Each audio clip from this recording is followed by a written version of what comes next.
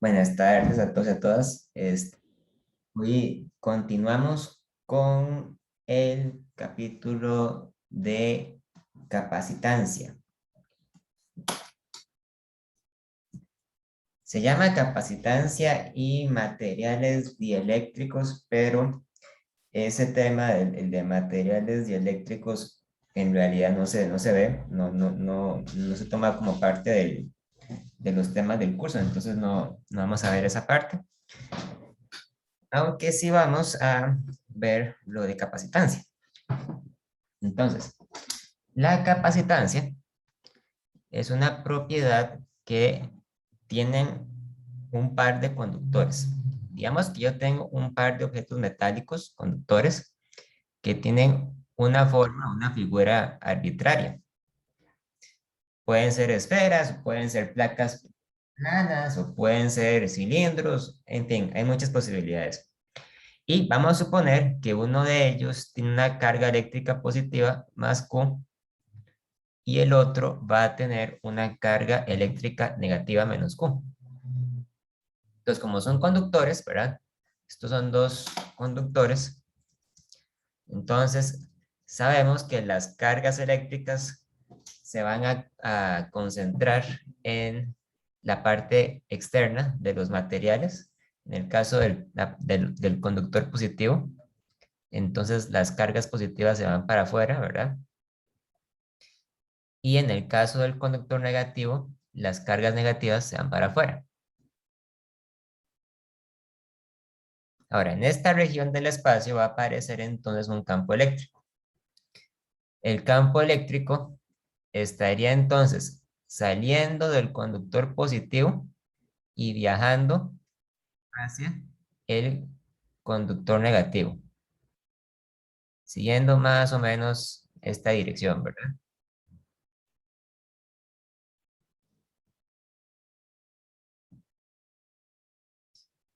Ahí está el campo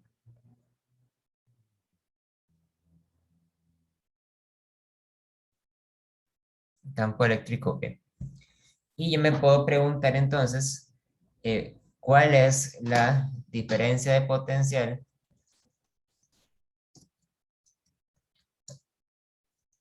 entre los conductores? Bueno, esa diferencia de potencial va a depender, por supuesto, ¿verdad? De la configuración que tengan. O sea, va a depender de la distancia a la que se encuentran, va a depender de la forma que tienen, ¿verdad? Va a depender de muchas cosas. Pero lo interesante, ¿verdad? Es que recordemos que la diferencia de potencial se calcula como una integral, ¿verdad? Menos la integral encerrada, pero menos la integral del campo eléctrico producto punto el desplazamiento. Y entonces esta integral tiene el mismo valor sin importar el camino que yo siga para ir de un conductor a otro. Por lo tanto, la diferencia de potencial entre los dos conductores es una cantidad que se calcula con una integral, pero realmente no depende del camino que siga esa integral, porque se supone que la fuerza eléctrica, al ser una fuerza conservativa, siempre debe producir las mismas diferencias de potencial. También tenemos que recordar que dentro de cada conductor, ¿verdad? Dentro de cada conductor, el potencial eléctrico es constante. O sea, es igual, ¿verdad? Entonces, lo que esto quiere decir es que no tiene sentido, digamos, preguntarse con cuál partecita del conductor debería calcular la diferencia de potencial. Eso no importa, porque se supone que el potencial eléctrico es el mismo en cualquier punto del conductor, porque es justamente una de las propiedades que vimos la clase pasada de los conductores, ¿verdad? Que el potencial eléctrico es constante dentro del volumen de ese conductor. Entonces, se define la capacitancia de la siguiente manera. La capacitancia se denota con la letra C y es igual a la magnitud de la carga eléctrica de los dos conductores, cualquiera de los dos, ¿verdad? Dividida entre la diferencia de potencial que hay entre los conductores.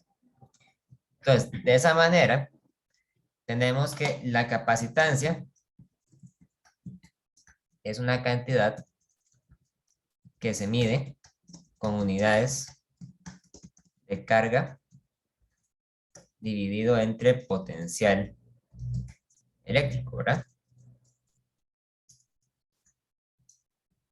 Por lo tanto, podríamos decir que la capacitancia se tiene que medir en unidades de Coulomb entre volt.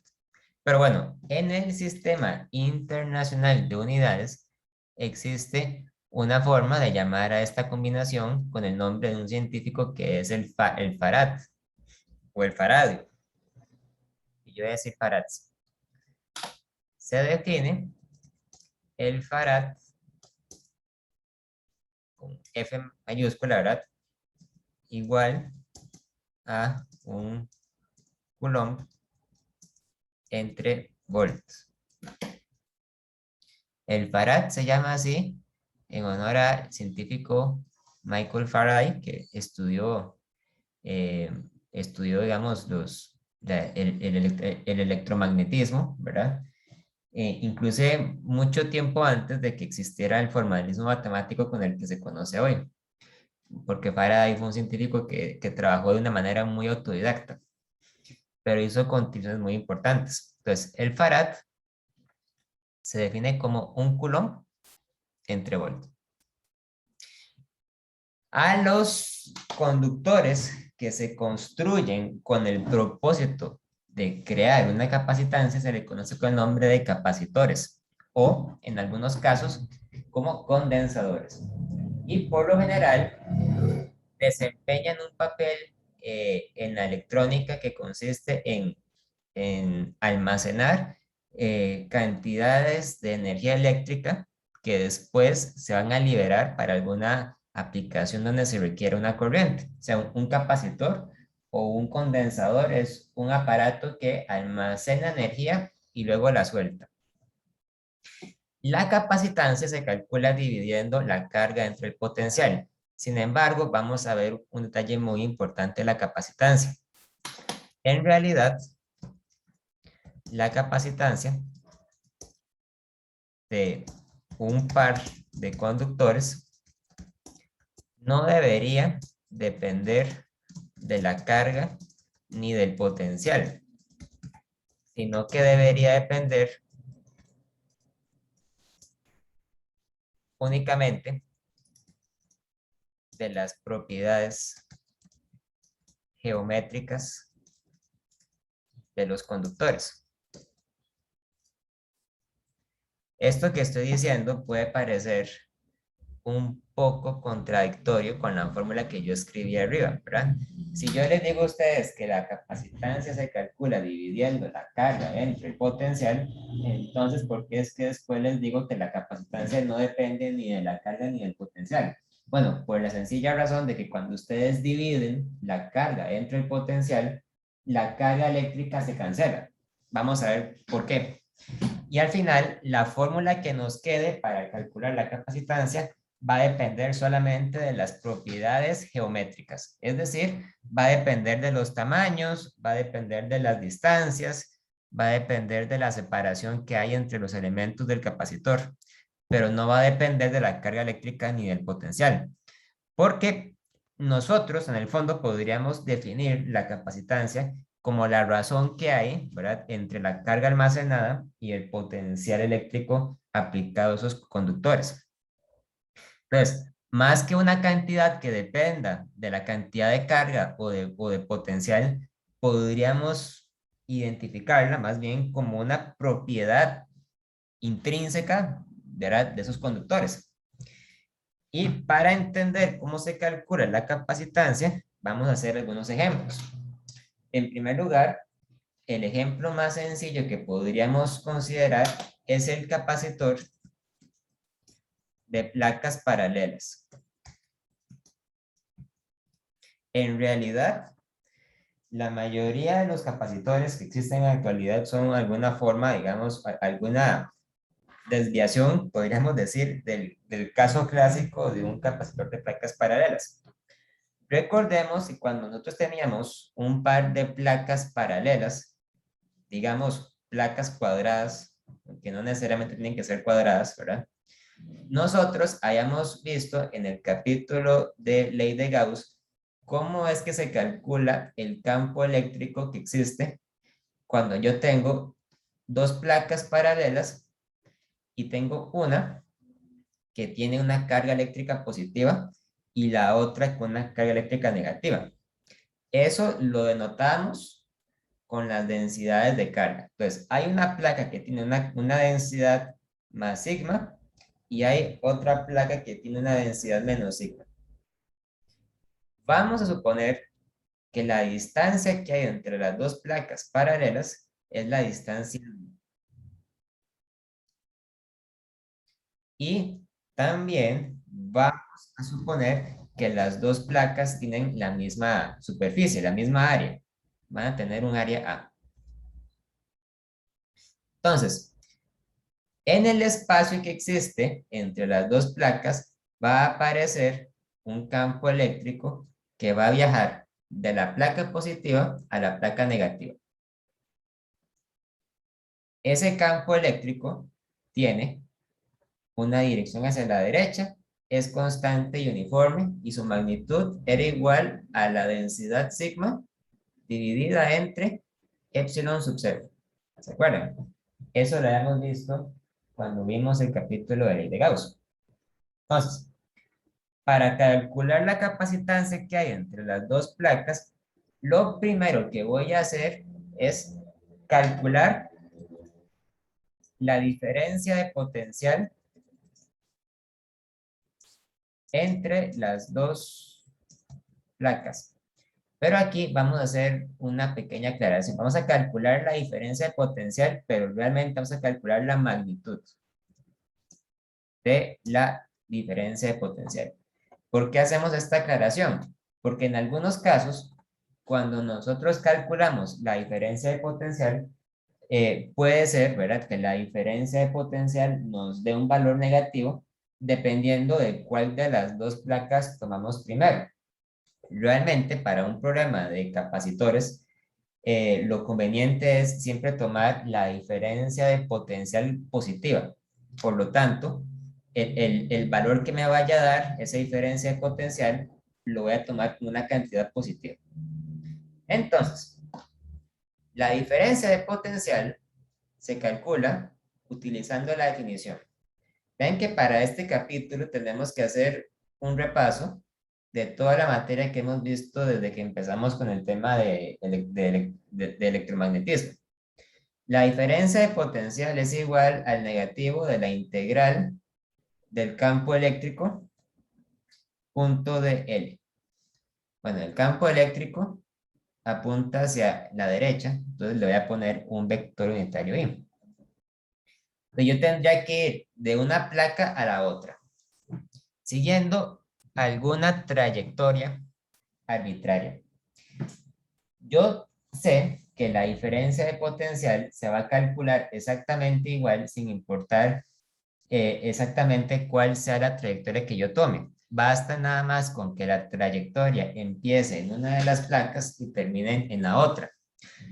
En este caso, lo que me queda más sencillo es simplemente tomar como trayectoria una línea recta que vaya de la placa positiva a la placa negativa. Entonces, esta línea recta va a ser mi vector L.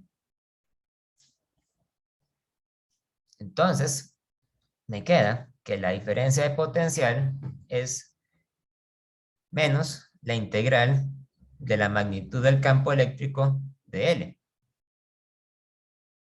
Y esto me va a dar entonces menos el campo eléctrico por la distancia que hay entre las dos placas, que yo esa distancia la había llamado la distancia D. Pero bueno, como estoy interesado en calcular la magnitud de la diferencia de potencial, vamos a dejarlo simplemente como la magnitud del campo eléctrico por la distancia. Y la magnitud del campo eléctrico es igual a sigma entre epsilon sub 0. Entonces es sigma entre epsilon sub 0 multiplicado por la distancia. ¿Ok? Luego, vamos a recordar que La placa de la derecha tiene una densidad de carga sigma, eso quiere decir que tiene una carga eléctrica total Q positiva, distribuida, eso sí, ¿verdad? De manera uniforme sobre la superficie de la placa, mientras que la placa de la derecha va a tener la misma carga eléctrica pero negativa, es decir, menos Q. Entonces, nosotros sabemos a partir de la definición de la densidad de carga que la densidad de carga es igual a la carga total dividida entre el área de la placa. Por lo tanto, la magnitud de la diferencia de potencial la podemos representar como la carga dividida entre epsilon sub 0 por el área, ¿verdad? Multiplicado por la distancia. Hay que tener cuidado porque cuando nosotros habíamos deducido la expresión para el campo eléctrico producido por un par de placas paralelas, habíamos asumido que la placa era una placa que idealmente se tenía que tomar como si fuera infinitamente grande. Por lo tanto, en este caso, nosotros tenemos que recordar que en teoría el área de la placa es infinito, pero también lo es la carga eléctrica. Entonces, no tiene realmente mucho sentido hablar acerca del valor real de la placa o el valor real de la carga. Pero lo que sí tiene sentido es hablar de la densidad, porque la densidad en este caso se podría tomar como la razón entre dos números que en teoría son infinitos, ¿verdad? La carga entre el área. Pero la razón por la cual yo estoy reemplazando la densidad de carga en términos de la carga es porque vamos a ver que cuando yo calcule la capacitancia, la carga se va a cancelar. Por lo tanto, la capacitancia se calcula por definición como la carga total dividida entre el valor absoluto de la diferencia de potencial.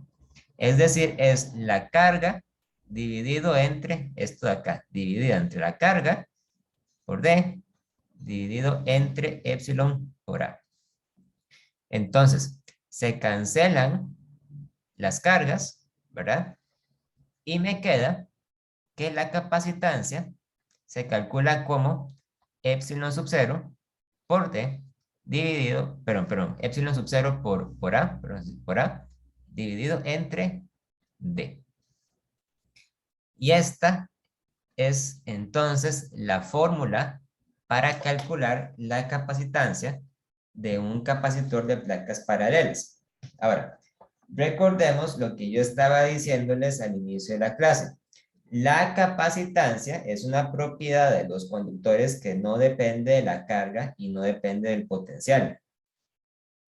Podemos ver que en este caso, para calcular la capacitancia, se requiere conocer el valor de epsilon sub 0, que es una constante, o sea, que tiene el mismo valor siempre. Hay que conocer el área de las placas y hay que conocer la distancia entre las placas. Tanto el área de las placas como la distancia entre las placas se pueden considerar como propiedades geométricas del capacitor, ¿verdad? Porque son cantidades que definen o que describen la forma del objeto. Entonces, depende solamente de las propiedades geométricas y no depende realmente de nada más. O sea, es una propiedad meramente geométrica. Podríamos ver un ejemplo numérico para hacernos una idea de qué valor es posible esperar para un capacitor. Supongamos, ¿verdad? Por decir algo, supongamos que tenemos un capacitor de placas paralelas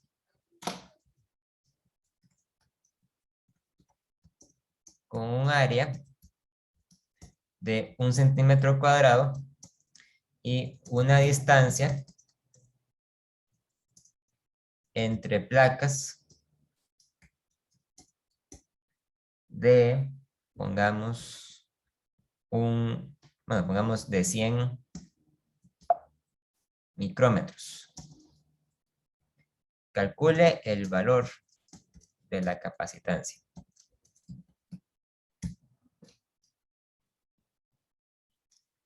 Calcule el valor de la capacitancia para este capacitor. Entonces simplemente tenemos que agarrar la fórmula que acabamos de derivar, utilizando para eso el valor de la constante epsilon sub 0. Entonces vamos a irnos a la siguiente pizarra. El área de la placa es de 1 centímetro cuadrado. Sabemos, ¿verdad?, que esto hay que pasarlo a metros, entonces 1 centímetro cuadrado es 1 metro, 100 centímetros elevado a la 2, y esto es 10 elevado a la menos 4 metros cuadrados. Y la distancia es de 100 micrómetros, esto es 100 por 10 a la menos 6 metros, esto es 10 a la menos 4 metros, ¿verdad? Y entonces la constante epsilon sub 0 es igual a, vamos a ver, nada más déjenme revisar para darles el dato correcto, qué valor tiene la constante epsilon sub 0.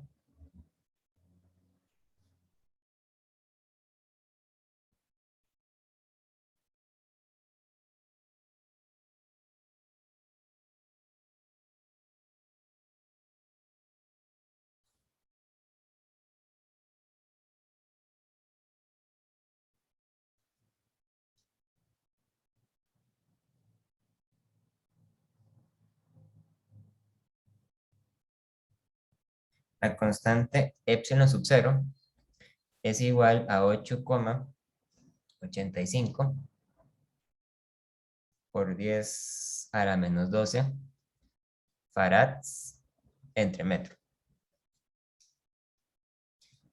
Entonces la capacitancia sería epsilon por A entre D es 8,85 por 10 a la menos 12 farads entre metro por 10 a la menos 4 metros cuadrados entre 10 a la menos 4 metros, ¿verdad? Bueno, obviamente este metro saco uno de este metro, el otro saco en este metro y la cantidad me queda en farads. Y esto me queda que es igual a 8,85 por 10 a la menos 12 farads. Por lo que es igual, ¿verdad? Me queda que la capacitancia es igual a 8,85 picofarads. En realidad, la capacitancia siempre es una cantidad muy pequeña cuando se mide en farads.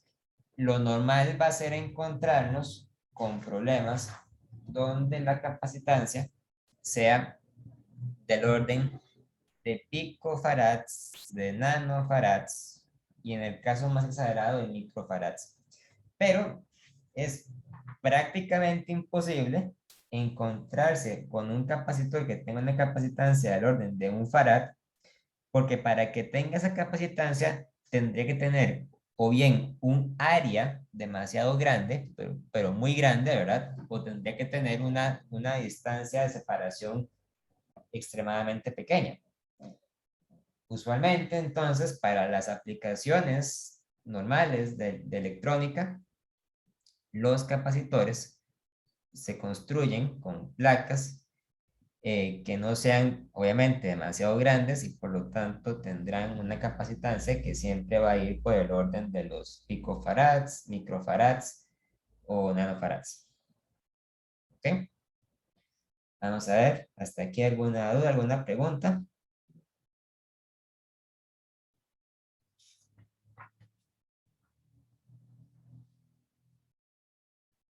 Todo claro. Vamos a ver entonces otros ejemplos. Sí, profe, todo bien, gracias. Ok, ok. Vamos a ver otros ejemplos clásicos de capacitores que se pueden utilizar para hacer ejemplos. Entonces, este era el capacitor de placas paralelas.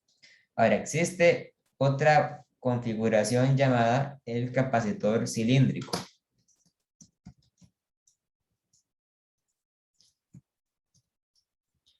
El capacitor cilíndrico está constituido por dos cilindros concéntricos muy grandes. Digamos que yo tengo un cilindro metálico que voy a pintarlo de color azul.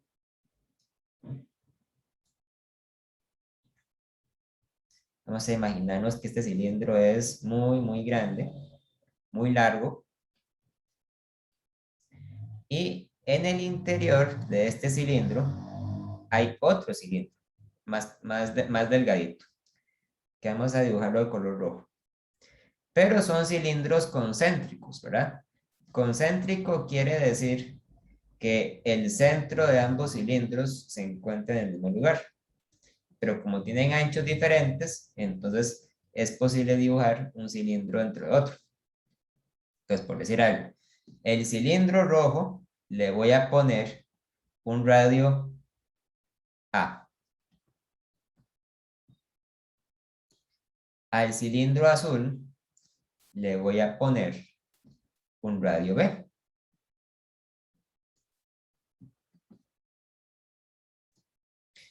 Y vamos a imaginar, vamos a suponer que que los dos cilindros tienen el mismo largo, el mismo alto.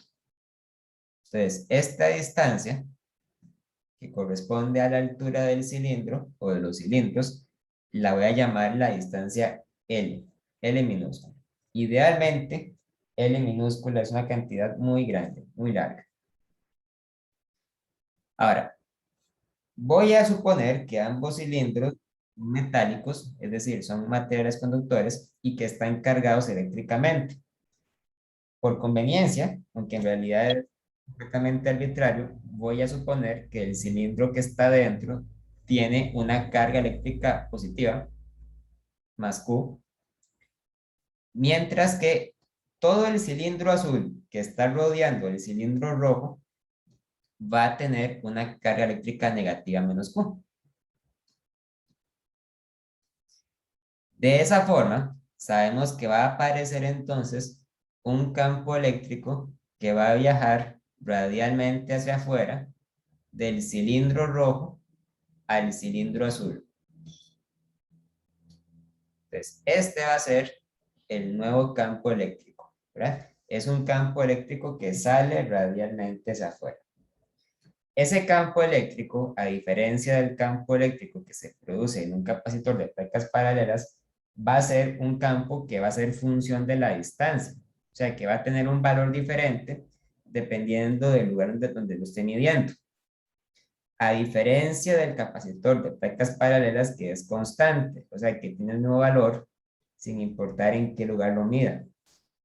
Entonces, voy a suponer que yo quisiera medir el campo eléctrico a una distancia R del centro de los cilindros, pero esa distancia R va a tener que ser entonces mayor que el radio del cilindro rojo, o sea, el del cilindro pequeño, pero va a tener que ser menor que el radio del cilindro azul, ¿verdad?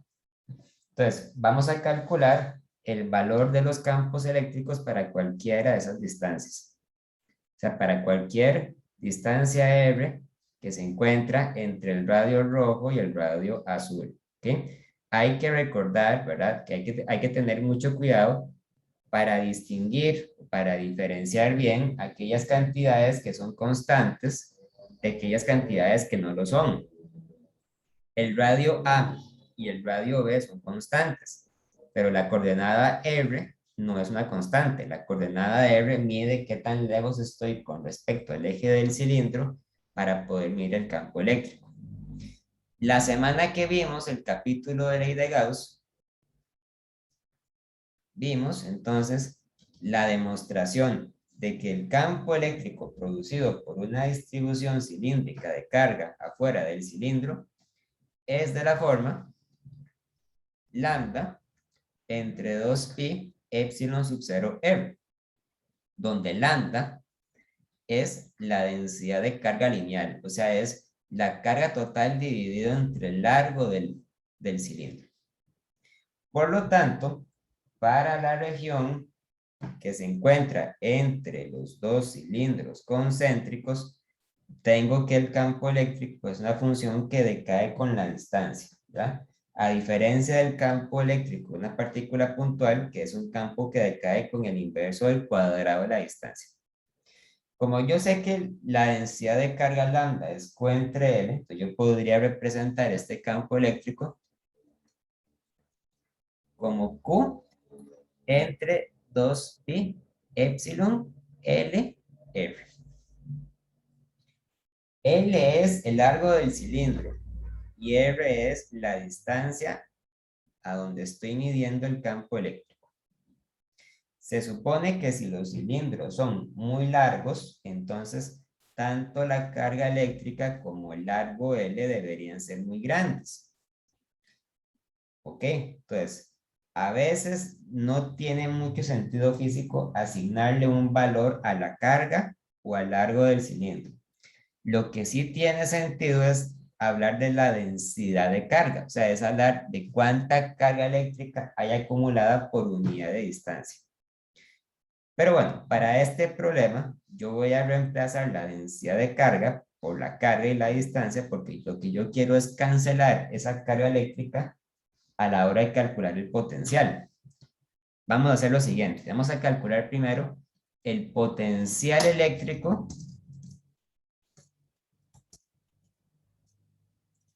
entre los dos cilindros. Estoy viendo entonces que el campo eléctrico es un campo eléctrico radial. Para poder calcular entonces la diferencia de potencial, yo tengo que evaluar la integral del campo eléctrico producto punto el desplazamiento, la trayectoria. Y entonces, recordamos que yo escojo la trayectoria según lo que más me convenga. Para un problema como este, lo que más me conviene, porque lo más fácil, es tomar la trayectoria de integración como una línea recta que sale del cilindro rojo y termina en el cilindro azul. Entonces, este va a ser mi L. L empieza a donde termina el cilindro rojo y termina a donde empieza el cilindro azul.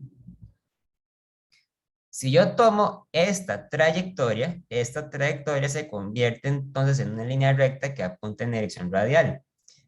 Por lo tanto, la diferencia de potencial se puede calcular simplemente como el negativo de la integral de la magnitud del campo eléctrico con respecto a la coordenada radial R.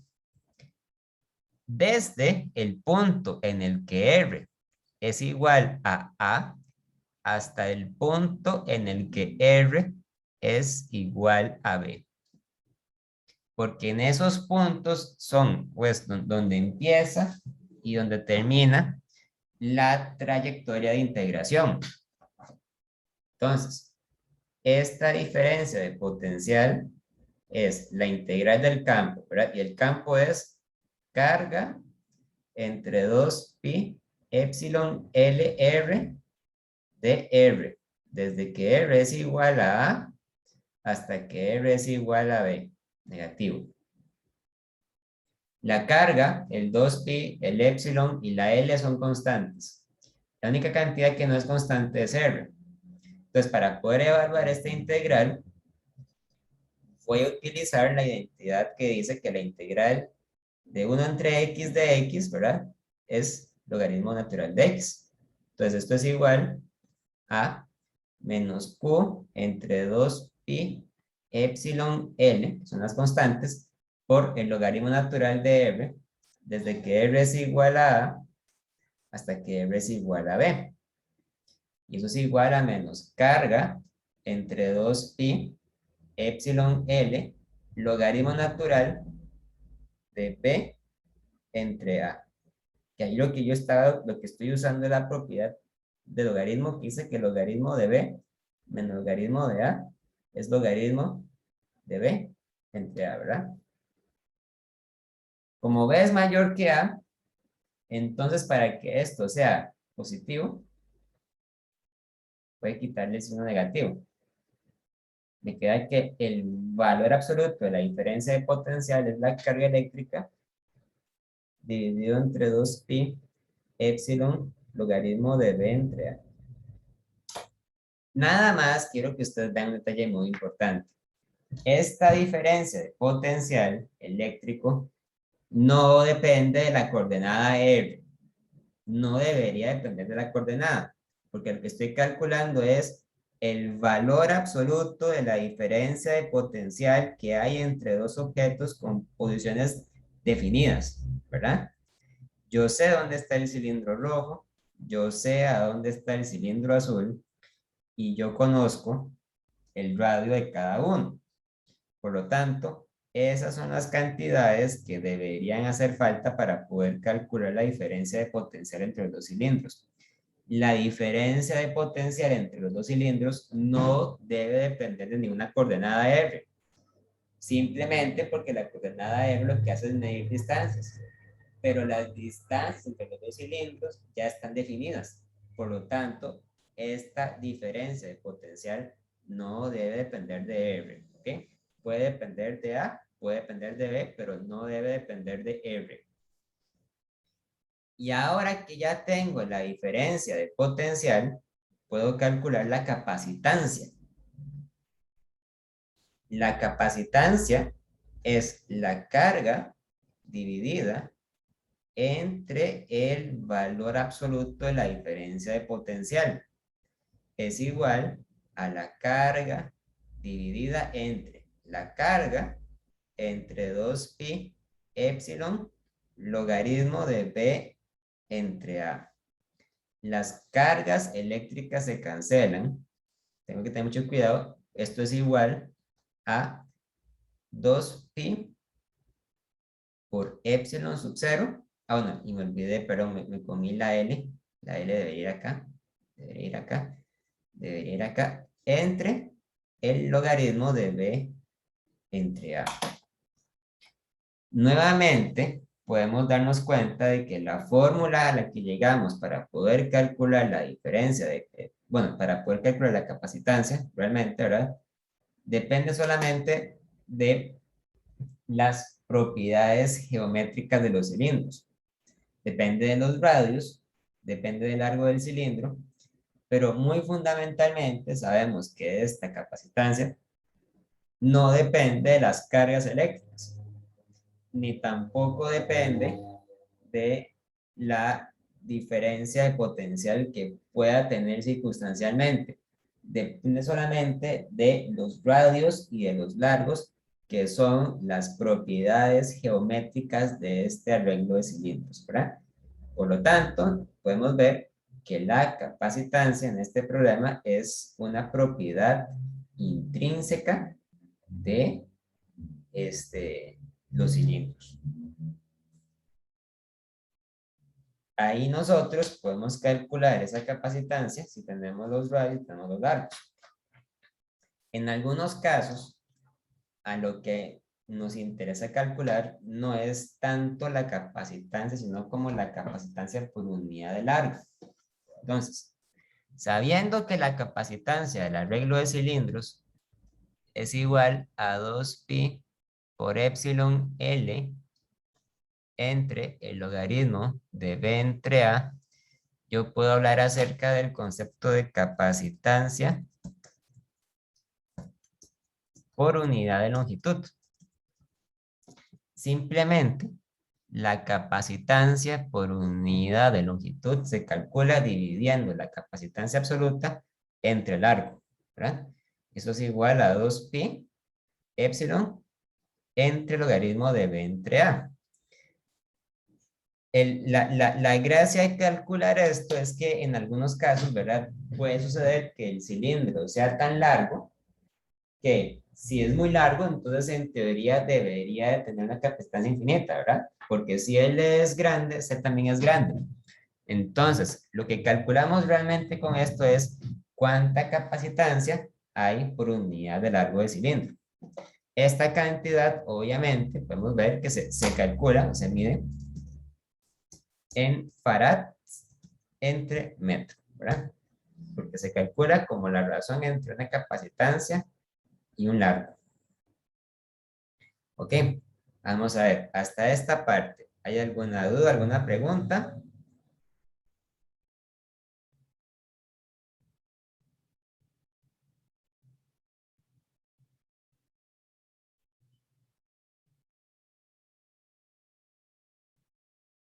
Estamos, entonces. Sí, profe, todo bien. Todo bien. Entonces, finalmente vamos a ver el tercer ejemplo clásico, que es el capacitor de esferas concéntricas.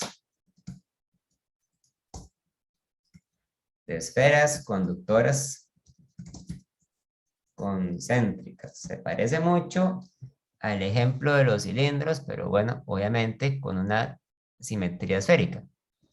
Entonces, vamos a decir que tenemos un capacitor rojo, pero tenemos un conductor rojo esférico, ¿verdad?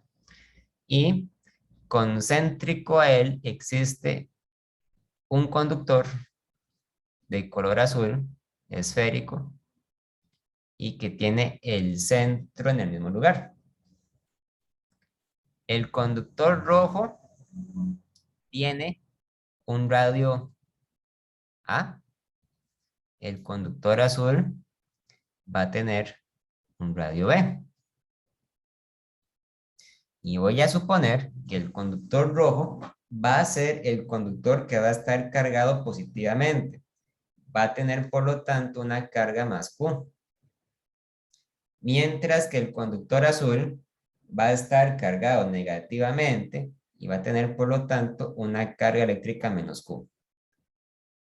Como son conductores, ¿verdad? Entonces, se supone que las cargas eléctricas se distribuyen de manera uniforme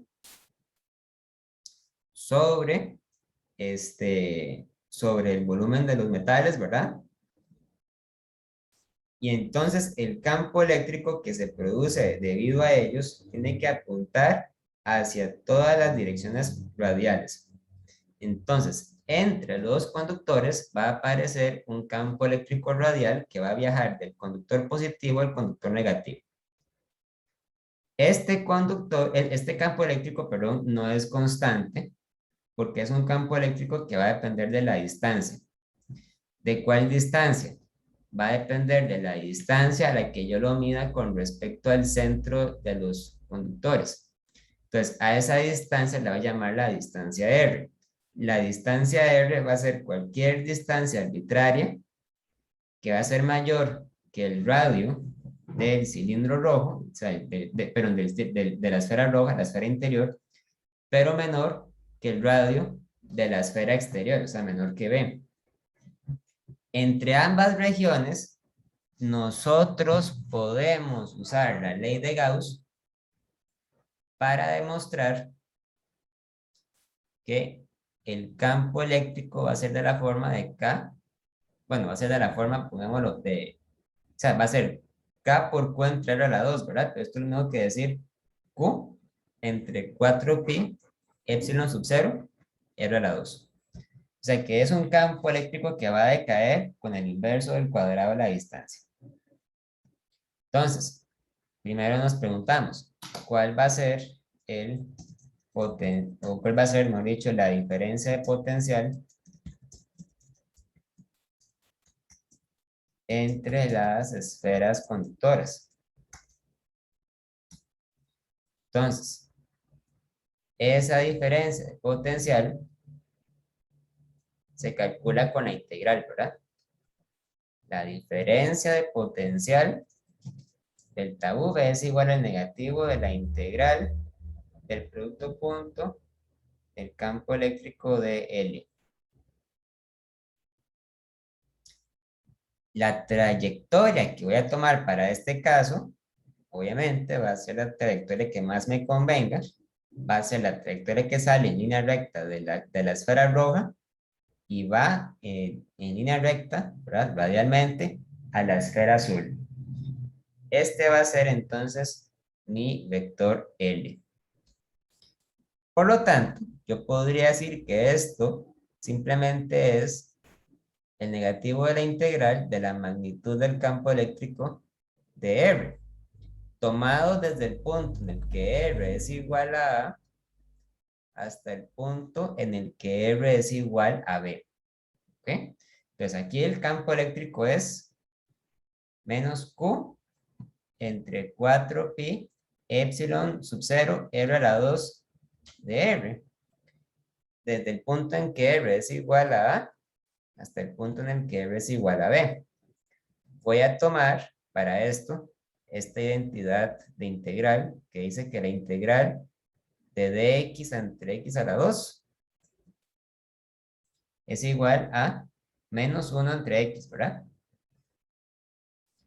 Entonces, todo lo que no sea R sale de la integral como una constante. Esto me queda como menos q entre 4pi epsilon sub 0 por menos R, ¿verdad? Tomado desde el punto en el que R es igual a A hasta el punto en el que R es igual a B. Y esto me queda entonces como Q entre 4pi epsilon sub 0 por 1 entre B menos 1 entre A. Claro, que aquí el problema es que B es mayor que A. Entonces, para que esto me quede positivo, le voy a dar vuelta. Voy a decir que el valor absoluto de delta V va a ser Q entre 4pi epsilon sub 0 por 1 entre A menos 1 entre B, para que de esa forma me quede una cantidad positiva, ¿verdad? ¿Pueden ver por qué? Porque 1 entre A es mayor que 1 entre B, porque A es menor que B. Y esto es igual que decir Q entre 4pi epsilon sub 0 por B menos A sobre A por B. ¿Ok? Ahí lo que estoy haciendo es simplemente homogenizando las fracciones.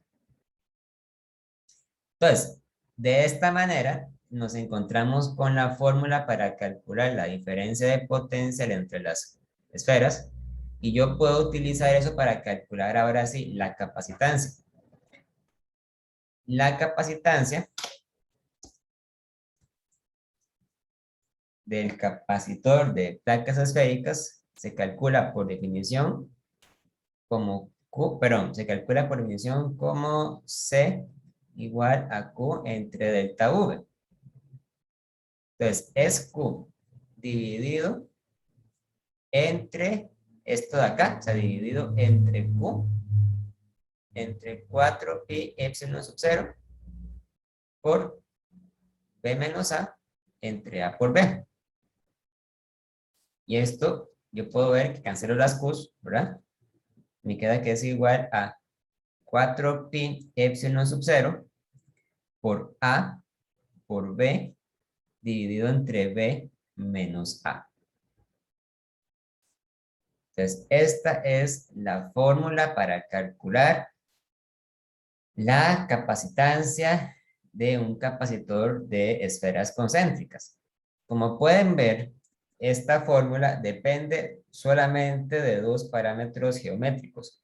Depende de los radios de las esferas y de nada más. O sea, no depende de las cargas de las esferas, porque las cargas eléctricas, como pueden ver, se cancelan entre ellas. Por lo tanto, esta capacitancia nos queda como un factor puramente geométrico. ¿Ok? Vamos a ver, hasta esta parte, ¿hay alguna duda, alguna pregunta?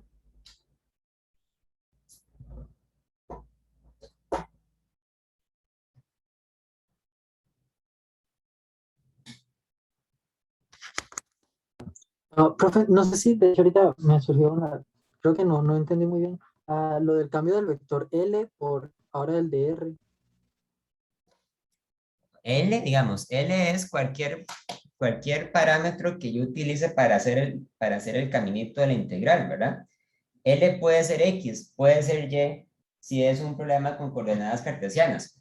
Si es un problema con simetría esférica o simetría cilíndrica, la L puede ser entonces la coordenada radial, porque lo que estoy haciendo es tomar un camino radial desde una esfera hasta la otra, ¿verdad? Por eso fue que yo cambié la L por la R.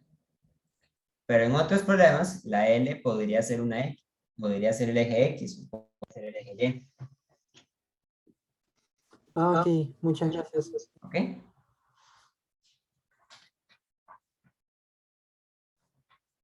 Muy bien.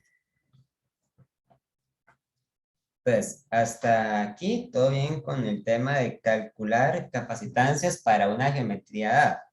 Ahora, vamos a ver que los capacitores se pueden combinar en un circuito eléctrico para producir efectos diferentes. Por lo tanto, ahora vamos a estudiar el tema de combinaciones de capacitores. Vamos a estudiar circuitos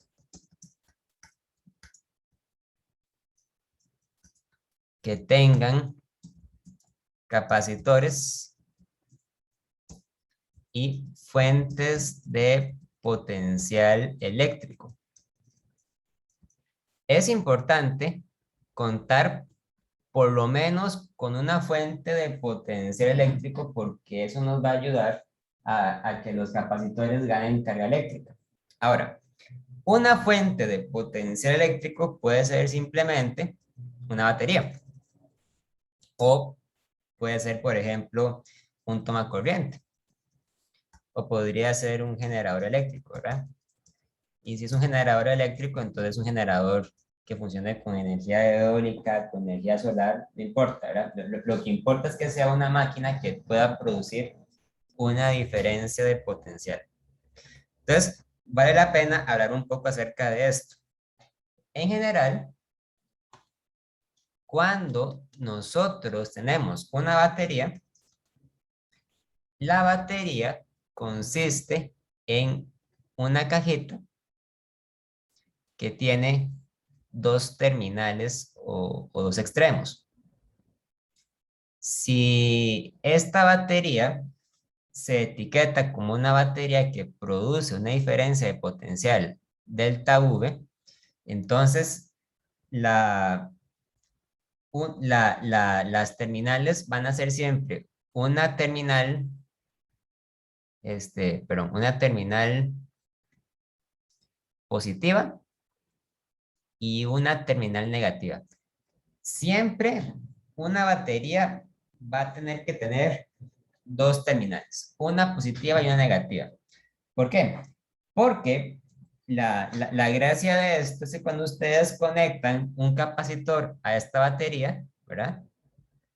Digamos que es un capacitor de placas paralelas, entonces hay un cable que va de una placa a la terminal positiva y otro cable que va de la otra placa a la terminal negativa.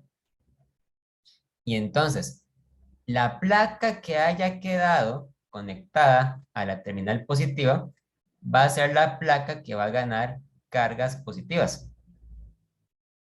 Mientras que la placa que quedó conectada a la terminal negativa va a ser la placa que va a ganar cargas negativas. ¿Por qué? Bueno, porque la batería es un dispositivo que mediante algún mecanismo físico o algún mecanismo químico o inclusive en algunos casos hasta podría ser un mecanismo biológico, esta batería es capaz de succionar, podemos decirlo así, succionar las placas positivas de una de las placas, ¿verdad? Succionarlas y mandarlas a la otra placa. Entonces, lo que hace la batería es construir un exceso de cargas positivas de un lado y un exceso de cargas negativas del otro. Dependiendo del potencial de la batería va a poder entonces generar una diferencia de potencial grande o pequeña. Depende de qué manera esté construida. Para este curso no va a ser importante entender todavía el funcionamiento interno de la batería. Lo que importa para nuestros propósitos es el funcionamiento externo de la batería, o sea, es qué efecto produce la batería sobre el capacitor o los capacitores que se conecten a ella. Ahora, para los problemas de circuitos, nosotros vamos a utilizar una notación de símbolos usual en planos eléctricos. Entonces, Las baterías, en lugar de ser dibujadas como una cajita cuadrada con dos terminales, simplemente las vamos a dibujar como un par de placas paralelas, donde una de las placas va a ser más grande que la otra. La placa más grande representa, entonces, el terminal positivo y la placa más pequeña representa el terminal negativo. Entonces, esto representa esquemáticamente una batería. Así pues, si yo quiero conectar la batería a un capacitor, entonces yo en mi diagrama conecto esta batería con un par de cables al capacitor. El capacitor, a diferencia de la batería, el capacitor se dibuja como un par de placas paralelas donde las dos placas van a tener el mismo largo o aproximadamente el mismo largo.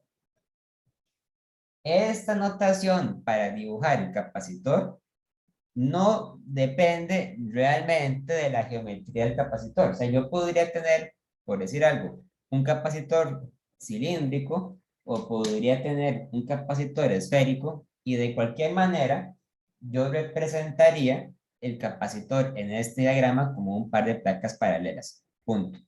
Porque esa es la forma en que se suele hacer por convención. El propósito de hacer un diagrama eléctrico o un esquema eléctrico, ¿verdad? No es hacer un dibujo, un dibujo artístico del circuito, no. El propósito es que con este diagrama podamos representar fácilmente cuál es la relación que existe entre los capacitores y las baterías. Y por lo tanto, para este dibujo o para este diagrama no es necesario representar el capacitor como geométricamente es, sino más bien representarlo según su relación con las baterías. Ahora bien, cuando yo conecto más de un capacitor a una batería, hay varios tipos de situación. Entonces, nosotros vamos a ver dos casos muy importantes, que es la combinación en serie y la combinación en paralelo de capacitores. Vamos a empezar entonces con la combinación en serie de capacitores.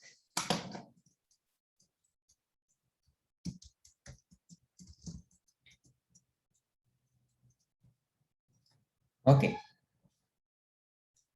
Digamos que yo tengo un circuito eléctrico, suponga que tenemos un circuito eléctrico donde conecto en serie 3 capacitores a una fuente de potencial, o sea, una batería.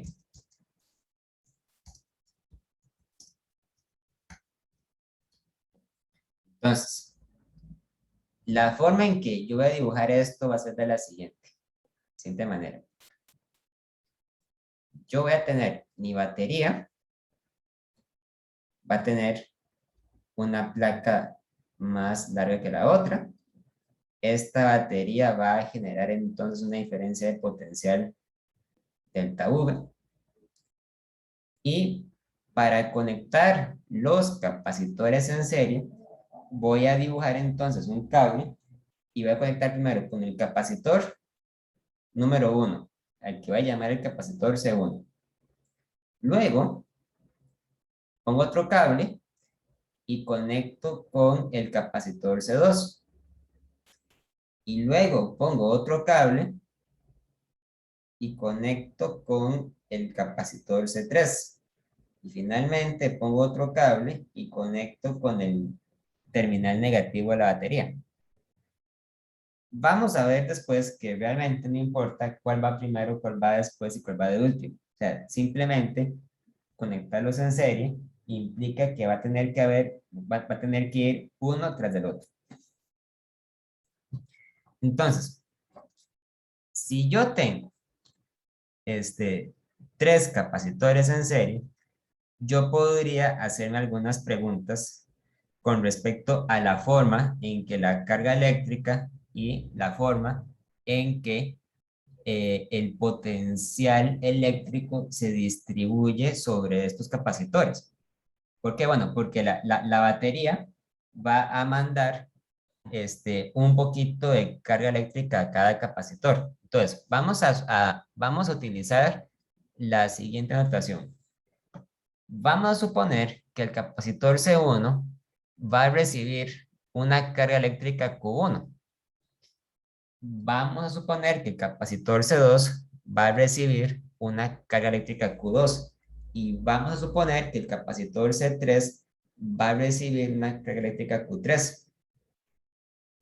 Y también vamos a suponer que el capacitor C1 va a estar sometido a una diferencia de potencial delta V1, donde delta V1 va a ser en teoría distinto al potencial original de la batería delta V. El capacitor C2 va a recibir una diferencia de potencial delta V2 y el capacitor C3 va a recibir una diferencia de potencial delta V3.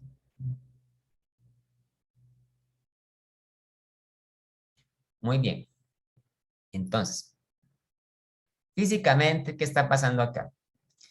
Cuando yo cierro el circuito, entonces la batería va a forzar a que las cargas eléctricas salgan por el terminal positivo de la batería y empiecen un camino, un recorrido a lo largo del circuito.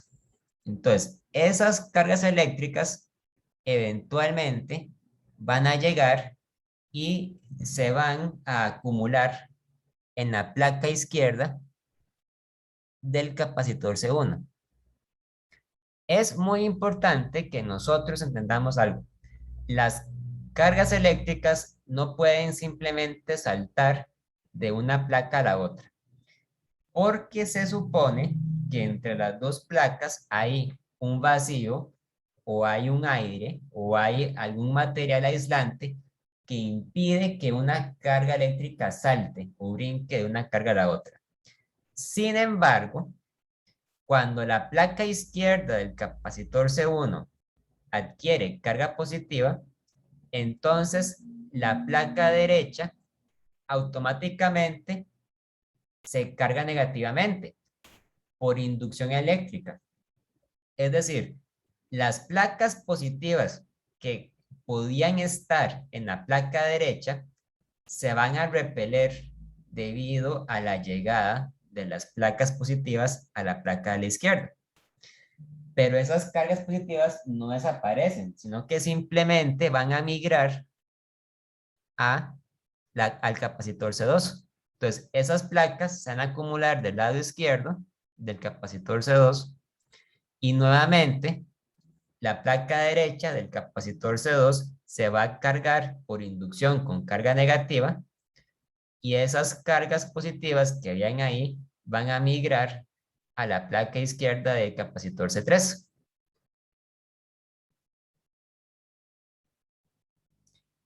Y la placa derecha de C3 se va a cargar por inducción. Entonces, las placas positivas, las cargas positivas eventualmente, ¿verdad? Van a terminar en el terminal negativo de la batería. Entonces, lo que estamos viendo acá es que cuando yo cargo el circuito en serie, cada capacitor se encarga de cargar al vecino. Y por lo tanto, vamos a llegar a la siguiente observación. Cuando los capacitores se conectan en serie, cada uno de ellos va a recibir exactamente la misma cantidad de carga eléctrica. Cada uno de ellos va a recibir exactamente la misma cantidad de carga eléctrica, pero solamente cuando yo los conecto en serie. De esa forma, yo sé que la carga eléctrica Q1, cualquiera que sea su valor, va a tener que ser igual a la carga eléctrica Q2 y también va a ser igual a la carga eléctrica Q3. O sea que todas las que están en serie son iguales entre sí. Y si yo tuviera un capacitor 4, 5, 6, ahí también tendría que meter, ¿verdad? Dentro de la igualdad a Q4, a Q5, a Q6, etcétera, etcétera. ¿Ok? Entonces, como las cargas son iguales, yo podría entonces simplemente llamar a esta la carga eléctrica Q, ¿verdad? No le pongo un índice, nada más la llamo Q. Ahora, nosotros vamos a hacer todo esto con el propósito de calcular una cantidad llamada la capacitancia equivalente.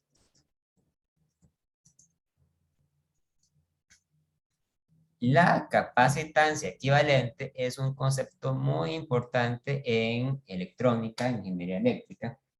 La capacitancia equivalente representa la capacitancia de un capacitor único e hipotético que se comporta exactamente igual a cómo se comportan los tres capacitores en serie trabajando juntos. O sea, que yo, en lugar de tener un circuito eléctrico con una batería y tres capacitores, vamos a poner esto un poquito distinto así, ¿verdad?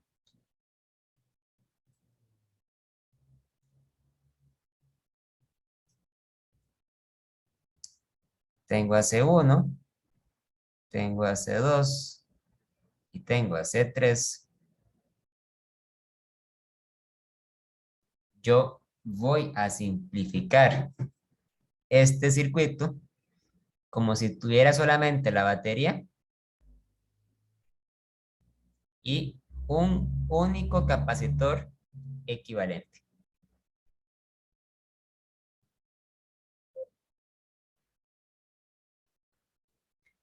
Hay que decir algo muy importante y es el hecho de que el capacitor equivalente no existe, o sea, no es real. No es un capacitor que ustedes puedan agarrar y decir que aquí están, o sea, no existe. Es simplemente una abstracción matemática. Es algo que decimos, ¿verdad? Algo que decimos para ayudar a simplificar el estudio del circuito. Pero, como tal, el capacitor equivalente no es real. No es algo no es algo tangente, no es algo tangible, no es algo concreto. Entonces, la idea de hablar acerca de un capacitor equivalente es simplemente para poder hacer algunas conclusiones o hacer algunas observaciones importantes del comportamiento de los tres capacitores individuales que sí son capacitores reales. Cada uno de estos capacitores tiene la misma carga eléctrica porque están conectados en serie, pero tienen diferencias de potencial distintas. Este capacitor tiene un potencial V1, este otro tiene un potencial V2 y este otro tiene un potencial V3. Mientras que el capacitor equivalente tiene la misma carga eléctrica Q, pero a diferencia de ellos, va a tener un potencial equivalente y ese potencial equivalente va a ser igual a el potencial de la batería. Ahora bien, yo podría preguntarme ahora, ¿cuál es la relación que existe entre el potencial de la batería y el potencial de cada uno de los capacitores en serie? Y resulta ser que cuando están en serie, el potencial eléctrico del capacitor equivalente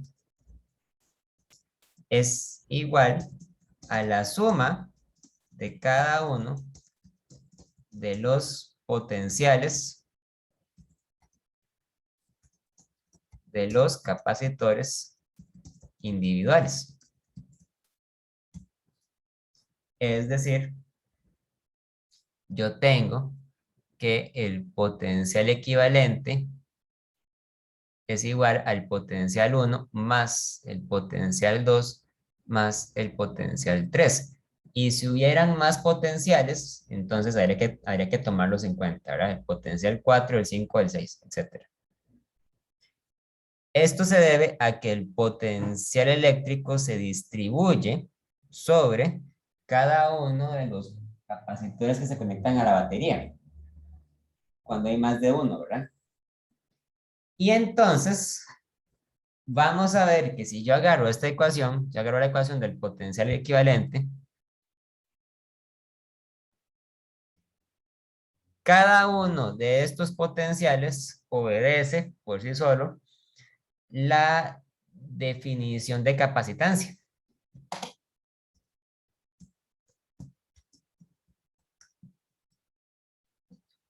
Puedo decir que, como yo sé que la capacitancia es igual a la carga dividida entre el potencial, entonces yo puedo decir que el potencial es igual a la carga dividida entre la capacitancia.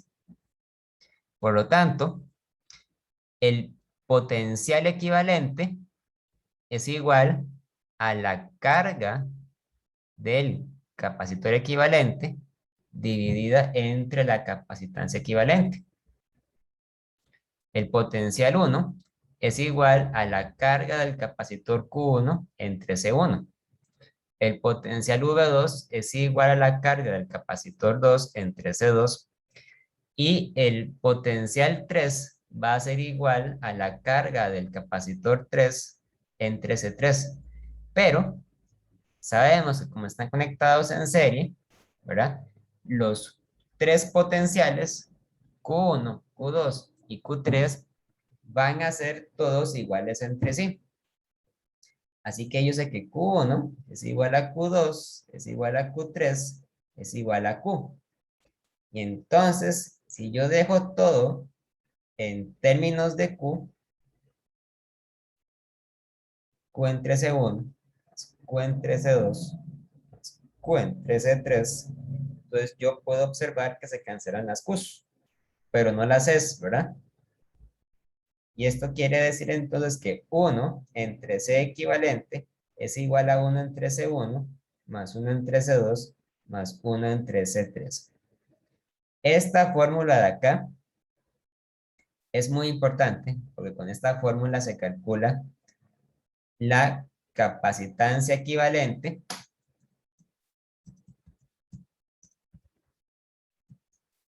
para un arreglo de capacitores en serie. Hay que ser muy cuidadosos porque esta fórmula calcula los capacitores como la suma de los inversos, ¿verdad? De ninguna forma podríamos decir, por ejemplo, que esto es igual a decir que 1 entre C equivalente es igual a 1 entre C1 más C2 más C3, ¿verdad? No, esto no tiene sentido. Es totalmente distinto. Entonces, tal vez para aterrizar esto un poquito, vamos a hacer lo siguiente. Vamos a hacer un ejemplo. Ejemplo. Suponga que tiene el siguiente circuito. Vamos a dibujarlo. Vamos a poner una batería. Esta batería va a producir una diferencia de potencial de 10 volts. Y la vamos a conectar en serie con un capacitor C1 de 1 microfarad. Luego un capacitor C2 de 2 microfarads. Y por último, un capacitor C3 de 3 microfarads.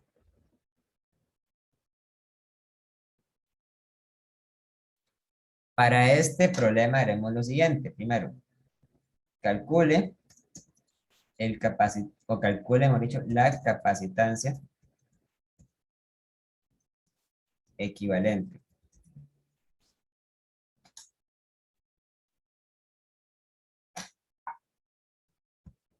Calcule el potencial y la carga eléctrica que tendría, es muy importante decir, tendría el capacitor equivalente. Decimos la que tendría y no la que tiene, porque nuevamente recordamos que el capacitor equivalente no existe. Es una idea matemática, nada más. Y por último vamos a poner, calcule la carga eléctrica y el potencial eléctrico de C1, C2 y C3 de cada uno de esos capacitores. Entonces vamos a empezar primero con calcular el valor de la capacitancia equivalente. Para ello, utilizaremos directamente esta fórmula de acá. Entonces decimos, 1 entre C equivalente es igual a 1 entre C1 más 1 entre C2 más 1 entre C3. ¿Ok? ¿Cuánto es esto? 1 entre C1 es igual a 1 entre 1 microfarad. Más 1 entre C2 es igual a 1 entre 2 microfarads. Más 1 entre C3 es igual a 1 entre 3 microfarads. Hay que calcular cuánto es 1 entre 1 más 1 entre 2 más 1 entre 3. De ninguna forma esto es 1 entre 6, ¿verdad? No, no es 1 entre 6. Para saber cuánto da eso, nosotros tenemos que hacerlo de la manera correcta. Si no estamos seguros, agarramos entonces una calculadora científica y calculamos cuánto es 1 entre 1 más 1 entre 2 más 1 entre 3. La respuesta es 11 sextos. 11 sextos. ¿11 sextos qué? Bueno, las unidades se conservan, ¿verdad? Entonces sería 11 sextos entre microfarad.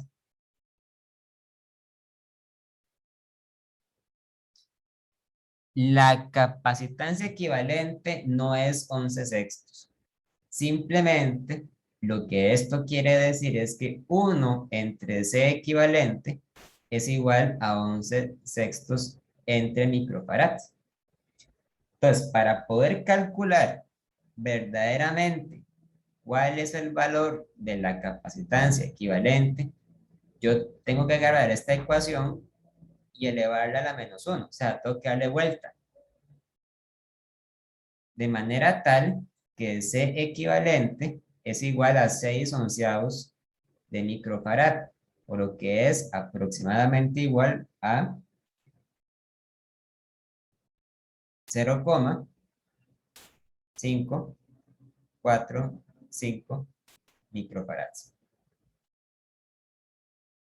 Como pueden ver, el valor de la capacitancia equivalente es muy pequeño. De hecho, esto puede sonar un poco contraintuitivo, Pero resulta ser que cuando se conectan en serie, la capacitancia equivalente siempre es menor a cualquiera de las capacitancias individuales. Siempre.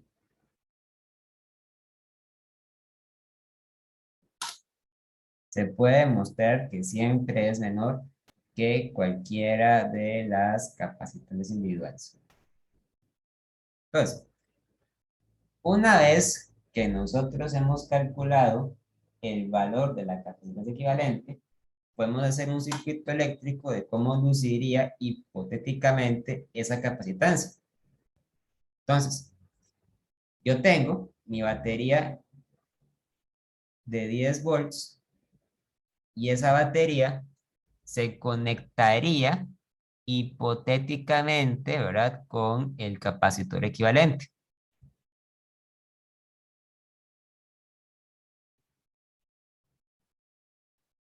Aquí está el lado positivo, aquí está el lado negativo.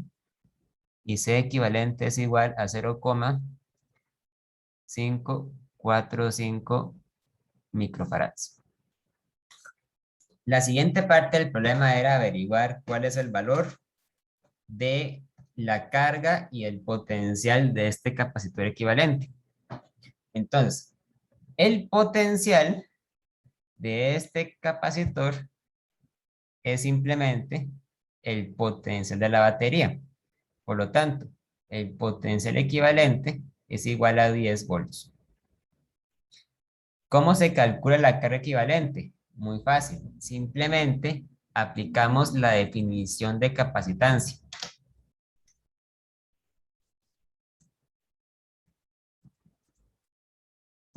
Y escribimos que C equivalente es igual a la carga equivalente dividido entre V equivalente. Por lo tanto, la carga equivalente es igual a C equivalente por V equivalente. La capacitancia equivalente hay que convertirla a unidades del SI. Esto es 0,545 por 10 elevado a la menos 6 farads, ¿verdad? Entonces 0,545 por 10 elevado a la menos 6 farads por 10 volts. Y me queda que la carga equivalente es entonces igual a ¿cuánto?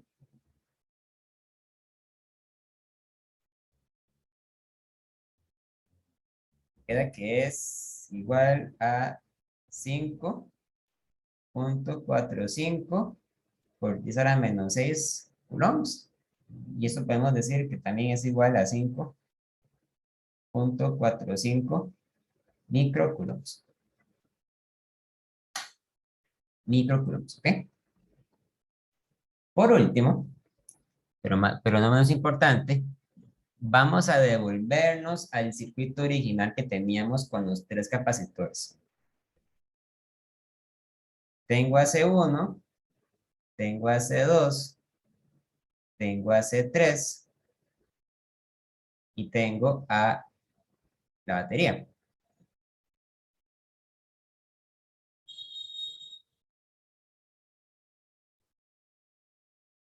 Cada uno de estos capacitores tiene entonces su propia carga Q1, Q2, Q3, potencial V1, V2 y V3. ¿Cómo hago para encontrar esos potenciales de esas cargas? Bueno, muy fácil. Para empezar, recordamos que en serie las cargas eléctricas son iguales a la carga eléctrica que tendría el capacitor equivalente.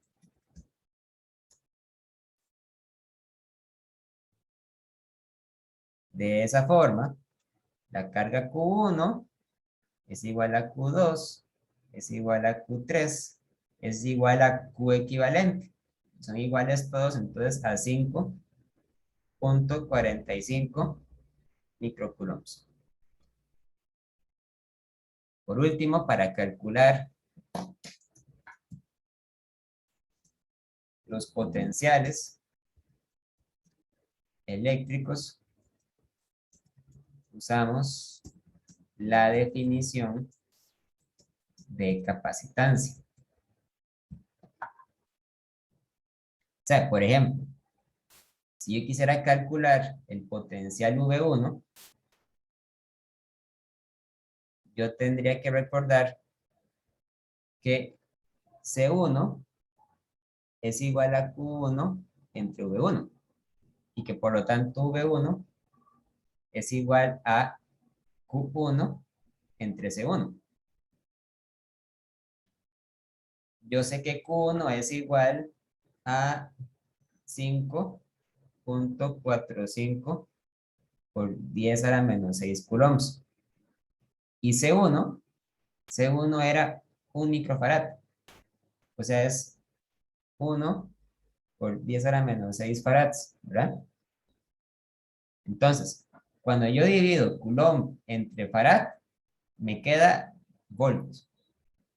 Es igual a 5.45 volts.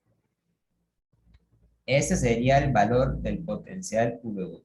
5.45 volts. Tendría que hacer entonces algo semejante para calcular los potenciales de los otros capacitores. Aquí no me queda campo. Voy a seguir en la siguiente pizarra. Entonces, voy a decir, por ejemplo, que V2 tiene que ser igual a Q2 entre C2. Q2 era 5.45 por 10 a la menos 6 coulombs, ¿verdad? Y C2 eran 2 microfarads, entonces pongo acá 2 por 10 a la menos 6 farads, y eso es igual a 2,73 volts, ¿verdad?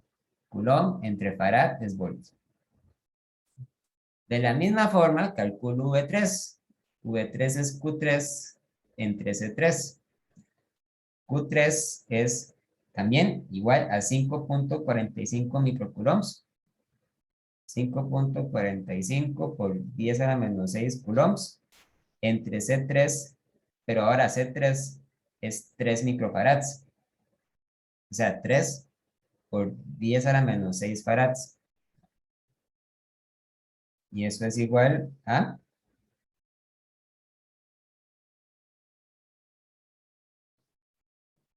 1,82 volts. Y ahí está. He calculado entonces la carga eléctrica de los capacitores y sus potenciales. Podría inclusive hacer un pequeño cuadro de resumen para ayudarme a organizar mejor la información, para que no quede tan disperso. Entonces, lo que voy a hacer es un cuadro con 3 columnas.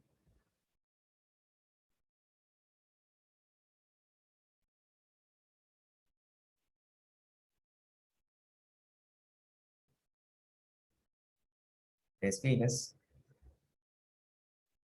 Voy a poner aquí las capacitancias, aquí voy a poner las cargas y aquí voy a poner los potenciales. Bueno, me sobró una columna. El capacitor 1 tiene 1 coulomb, el capacitor 2, 2 coulomb, el capacitor 3 tiene 3 coulomb. Ahora, yo sé que las cargas de los tres son iguales. Los tres tienen 5.40. Creo que es un Faraday, 2 Faraday y 3 pico Faraday, ¿no? Cierto, perdón. Toda la razón. Se me hizo un enredo. Aquí es microfarad, microfarad, microfarad.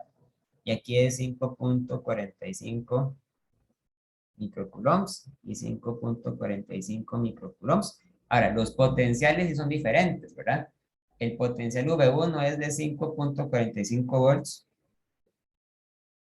V2 es de 2,73 y V3 es de 1,82 volts. Entonces, a cada capacitor le asignamos una capacitancia, una carga eléctrica y un potencial eléctrico.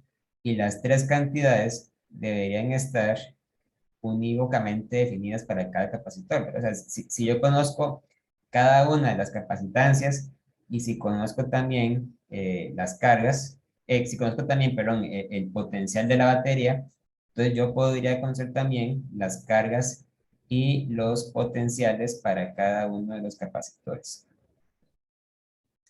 Una forma muy conveniente de verificar que lo que estamos haciendo está bien es revisar lo siguiente. ¿Se acuerdan que yo les había dicho que la suma de los potenciales de los capacitores en serie tienen que ser igual aquí está, tienen que ser igual al potencial equivalente, o en este caso al potencial de la batería? Entonces vamos a revisar eso. Vamos a chequear cuánto le suman los potenciales. Si yo sumo los potenciales, nos quedan los puntos V igual a V1 más V2 más V3. V1 era 5.45 volts. V2 era 2.73 volts. Y V3 era 1,82 volts.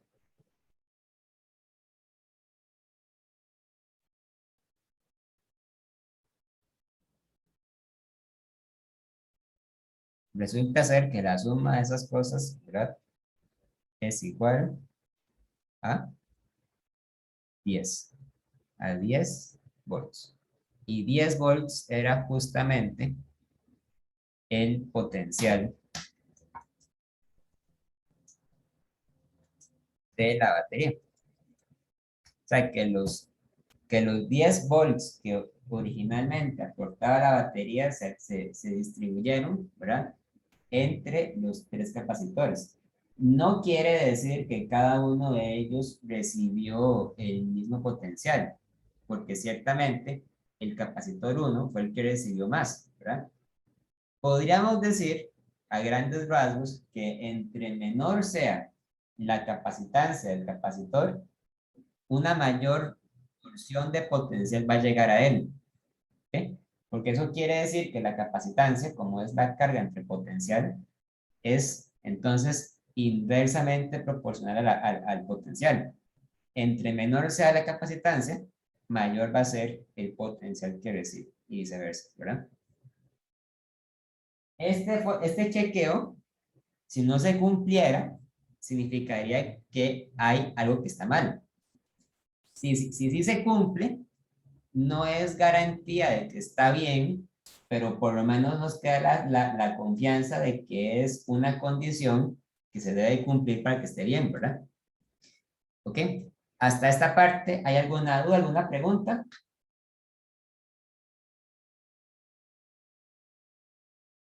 ¿Todo bien? Entonces,